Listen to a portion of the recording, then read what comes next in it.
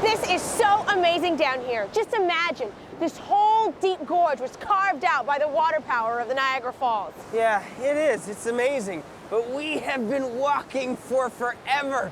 Can we please head up soon? You're right, I'm getting kind of hungry. Okay. Well then, which way back up? Well, I don't know. Okay, then we'll stay down under. Actually, you know, I'll bet Canada has plenty of amazing things to offer down under. Why don't we just go check it out? Well, I hope they include burger and fries. In this episode of CG Kids, we check out Canada's incredible underground. First, we head to Sudbury, Ontario, a town built completely within a huge crater, and then we rappel 15 meters into one of the Rocky Mountain caves. And we get to visit Canada's only desert to check out some burrowing creatures. In Jay's geology, I find out how to get fossil fuel like oil up and out of the ground. Mining minerals, burrowing badgers, and creepy caves, all on this episode of CG Kids. Geographic Kids.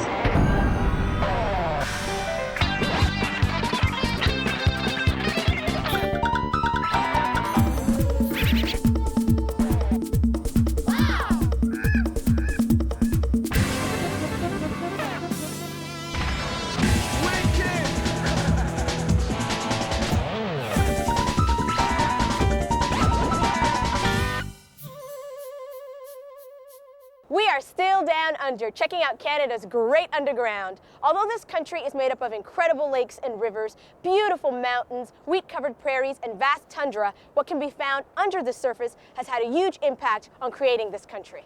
Canada's underground contains close to 60 different types of minerals, metals, building materials, and fossil fuels. You can find everything from gold to diamonds to oil, gas, and even salt. There are almost 200 mines and thousands of oil and gas wells in Canada to extract these natural substances. Plus, don't forget our amazing cave systems. And because of our seasonal climate, we have a lot of cool animals that head underground. Now we are gonna head out across Canada and discover this country's underground. But I think we're gonna have to go above ground to get across ground. Well, here's the stairs.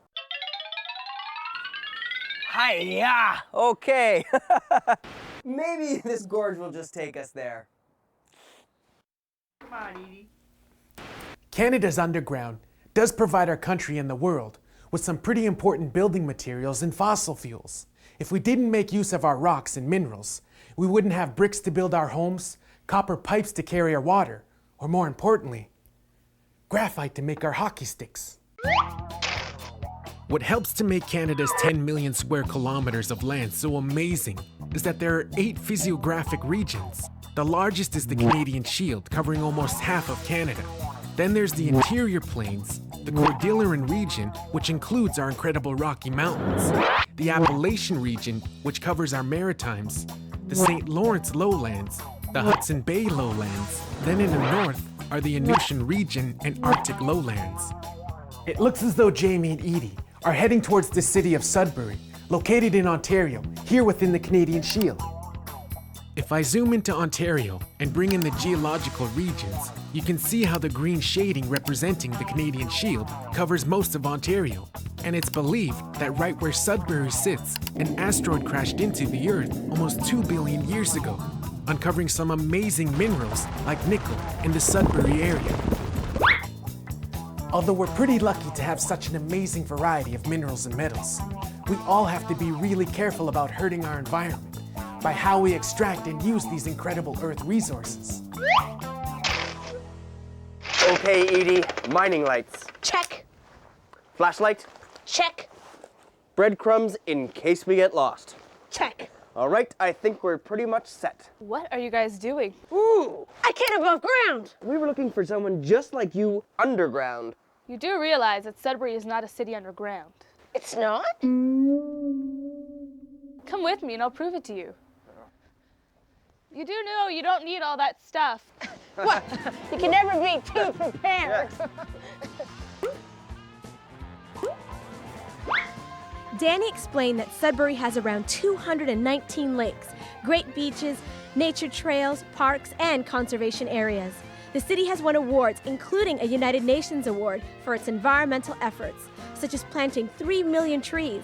But of course, it's most known for its mines. Hey, wow! This is actually Sudbury's mining monument, and it basically means how Sudbury was based on mining. So you have all your different miners from the beginning to the end. There's the miners with the candles on their heads, and then as technology grew to the drills and the flashlights, and it basically built our city. Wow. Oh, yeah, city's built on the backs of these hands. Exactly. My dad is actually a geologist at Creighton Mine. Do you guys want to see a nickel mine? Absolutely. Yeah. All right, let's go. Inco's Creighton Mine is one of the world's deepest nickel mines. Hey Dad, this is Jamie and Edie. They're really interested in seeing the mine. Oh, welcome Hi. to Creighton How Mine. are ya? Pleasure to have you here. Hello. Roger will take you down. He's our Oh, really? How's it senior going, geologist. Roger? Unfortunately, Danny can't come down with us since you have to be over 18 years old. First, Roger is showing us how they take samples within the earth so they know where to dig. And what is that? We use a machine called a diamond drill, which uses a bit on rods, and it actually drills down into the earth, sideways into the earth, and it pulls out collections of the rock that it encounters going through. So in this case, you can see that the rock contains some ore, and this is sulfide mineral. This is copper and nickel ore, and this is how we learn where the ore is underground. How deep do you go to get these core samples? I don't know the height of the CN Tower, but my guess would be at least maybe 3 CN Towers deep. Wow, can we go check it out? Sure, let's go. To get underground to the 7,400 level, where they're currently mining, we first have to ride down a shaft, which is kind of like an underground elevator. It's pretty cool, but a little freaky. Star, Roger.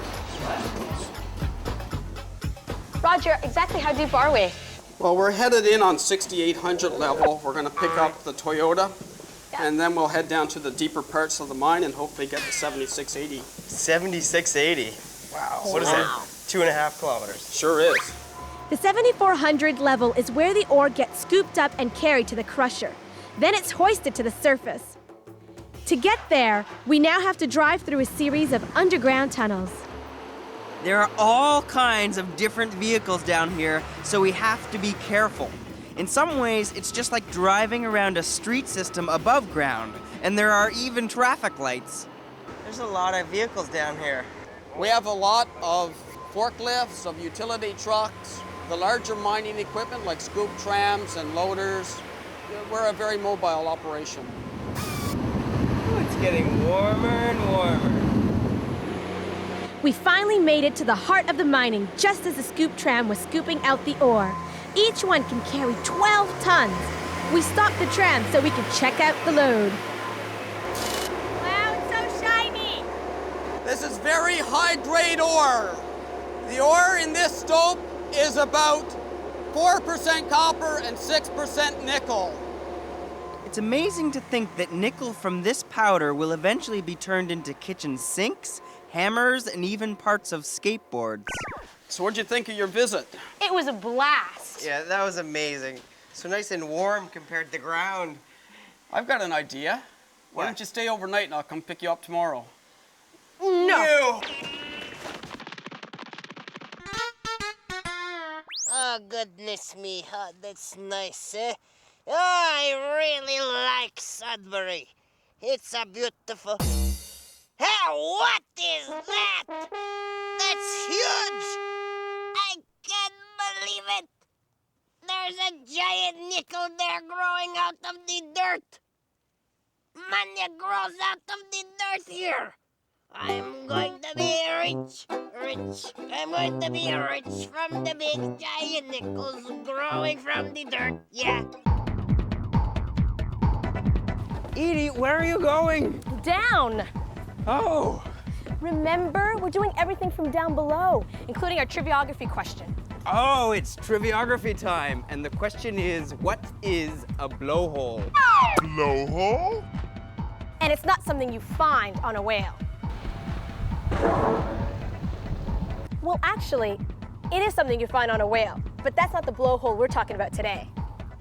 And as if ED hasn't confused you enough, let me also add that it's not something you do with dynamite. Okay, it is something you do with dynamite, but that's not what we're talking about either. I'm confused. You're confused. Think about them. Okay, where are we going? Back up, All right, don't blow the answer. because it'll blow your mind.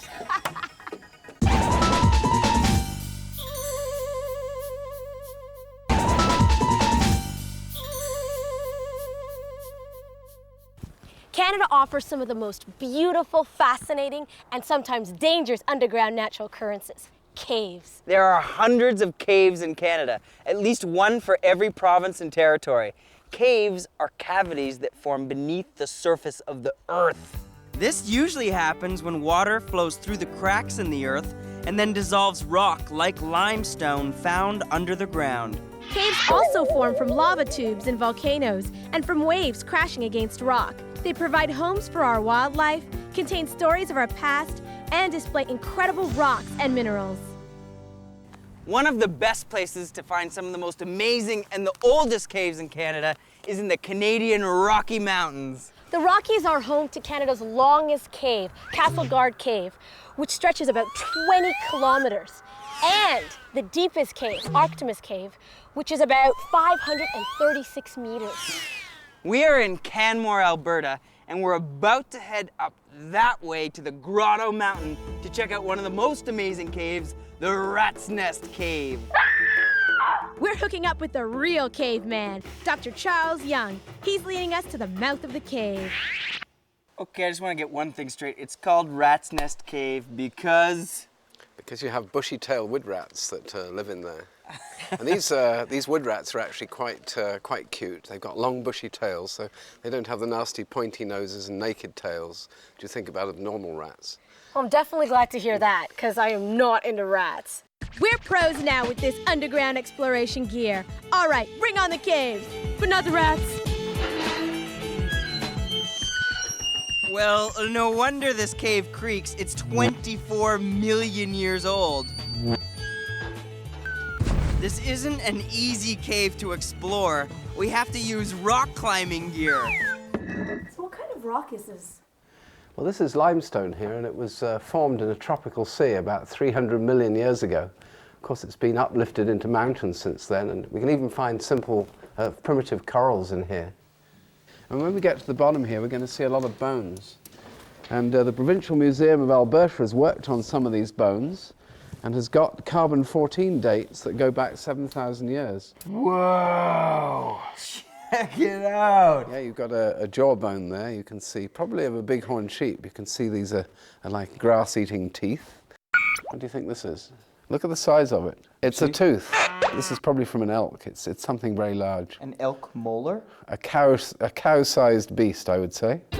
After a 15-meter rappel down this wall, we finally reach the bottom of the cave. Welcome to the grotto. Wow. This is amazing. So, how deep are we? We're 55 meters, 170 feet below the entrance. There's so many interesting rock formations. Like, how did those rocks form like that?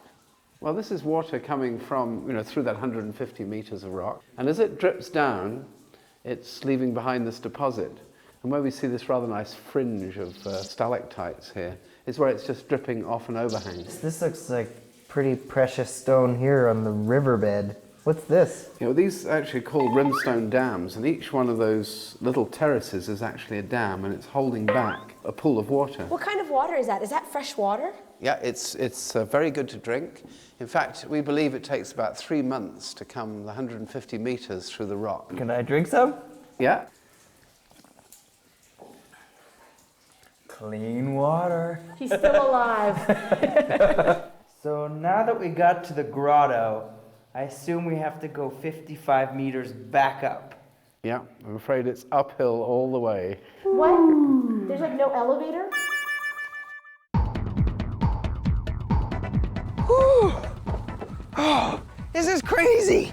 We're going up the stairs, down the stairs, up the stairs. I feel like a yo-yo. But again, we are down below to give you the triviography answer. Do you remember the question, what is a blowhole? Jay, can you help us out? Blowhole. When referring to geology, a blowhole is a pretty cool coastal phenomenon.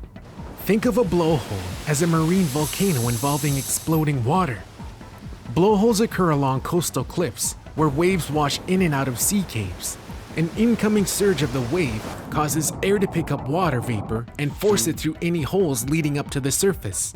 Blowholes can shoot as high as 80 feet into the air.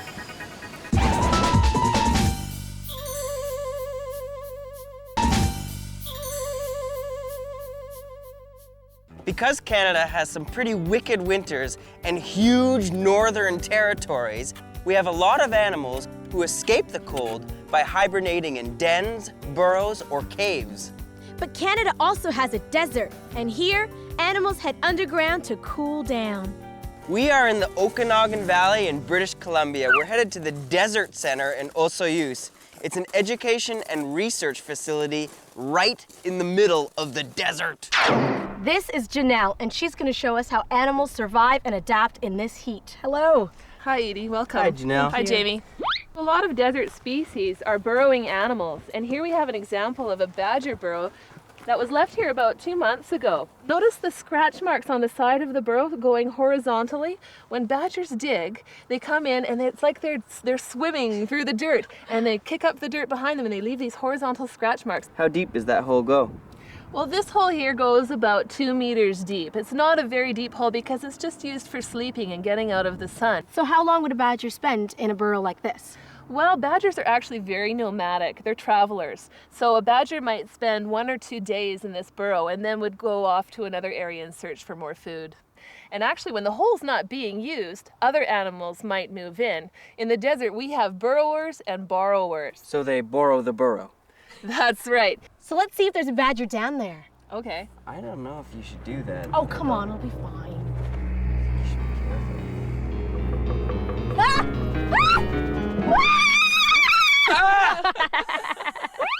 Have a look at these claws. These are expert digger claws. You couldn't even get this at the manicure salon. Badgers have these claws so that they can dig and chase after the rodents that live underground.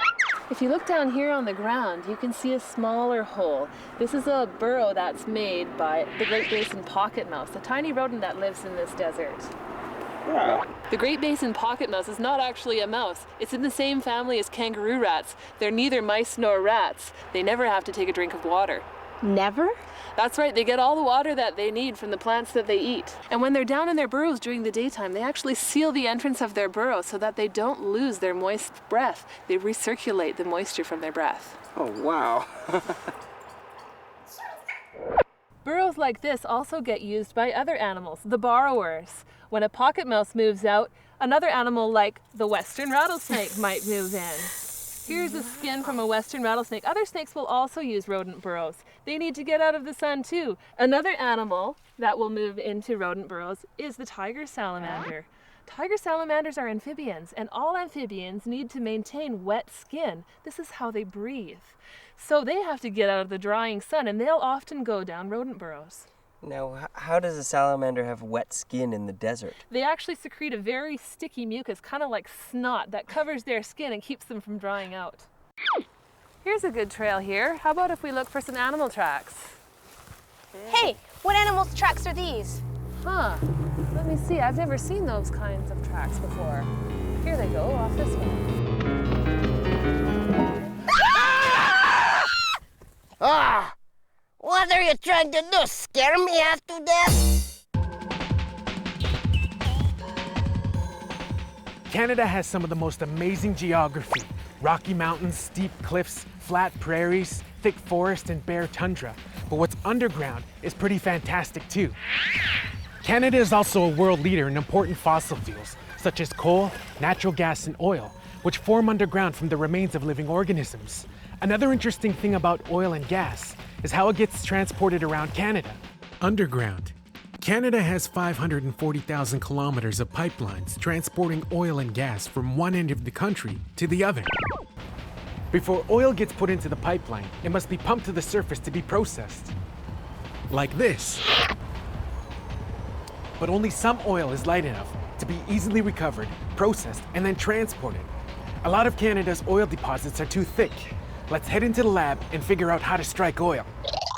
Oil comes in different varieties, and about half of what Canada produces are thick and sticky like molasses. Sometimes this thick oil gets mixed with sand and clay, which makes it pretty tough to get out. This is referred to as oil sands. One way to separate the oil from the sand is to mix it with water. This mixture is called slurry. What happens is everything separates into layers. Because the sand is the heaviest or the densest, it ends up on the bottom. Water is in the middle and the oil is on the top because it is the lightest and therefore the least dense of the layers. Now imagine that you've discovered oil that is as thick as margarine. Plus, it's stuck deep underground in sedimentary rock. I'm going to take my margarine and mix it with some frozen peas so they become one big lump. Since these oils are too thick to be pumped out, engineers have to warm the rock and oil to make the oil more fluid. Engineers inject steam deep into the ground to do this, but we'll use hot water. I'm going to be really careful not to burn myself, but underground, you can't stir things up like I'm doing. The water has warmed the margarine enough that we can separate it from the peas. As our experiment showed earlier, the oil rises to the top, so this is my recoverable oil. Some of the oil is still left behind. The ratio of what we extracted compared to what we had originally is called the recovery factor. I wish I could recover my sip and drink.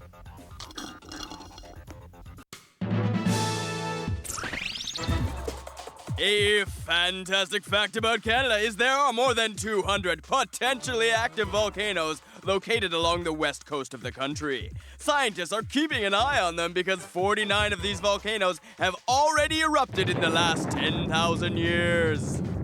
Canada's volcanoes occur in British Columbia and the Yukon and sit along the Pacific Ocean's infamous Ring of Fire, where most of the world's volcanoes can be found. The other fascinating fact about Canada is that it has examples of almost every type of volcano in the world. So although the chances of a volcano erupting in Canada is about 1 in 200, these two scientists are going to be able to learn a lot, I think. An underground vegetable whose roots we eat. Carrot or potato? They don't fit. Turnip! What are you doing? I need your help with this crossword. What area of Canada has more buried dinosaur bones than anywhere else in North America? Evie, I am listening to my supersonic metal detector. Hey, it's really going off. There must be something right here. Hey, a nickel! Excuse me. I just planted that nickel. What are you doing? I'm planting these nickels. If I can grow them to be the size of the Sudbury nickel, I'm going to be rich. Going to be rich. Going to be rich. Plant those nickels in the dirt. There. It's nickel, it grows. It's crazy like that. I'm crazy like that. The interesting thing about the miner's lamp is that you can change the focus. And if you look down on the ground, you can see how I have it like a large circle. Yep, mine's a big circle. I can put my circle around your circle. How you doing? I can't see anything, Jamie. How's that? That's Can I better. do that in the mine? No, thank you. No, that's not polite in the mine. It's not polite to do this in the mine. So do you name those new passages after those who discovered it? No, that's not quite kosher these days. I want an Edie cave. Edie cave.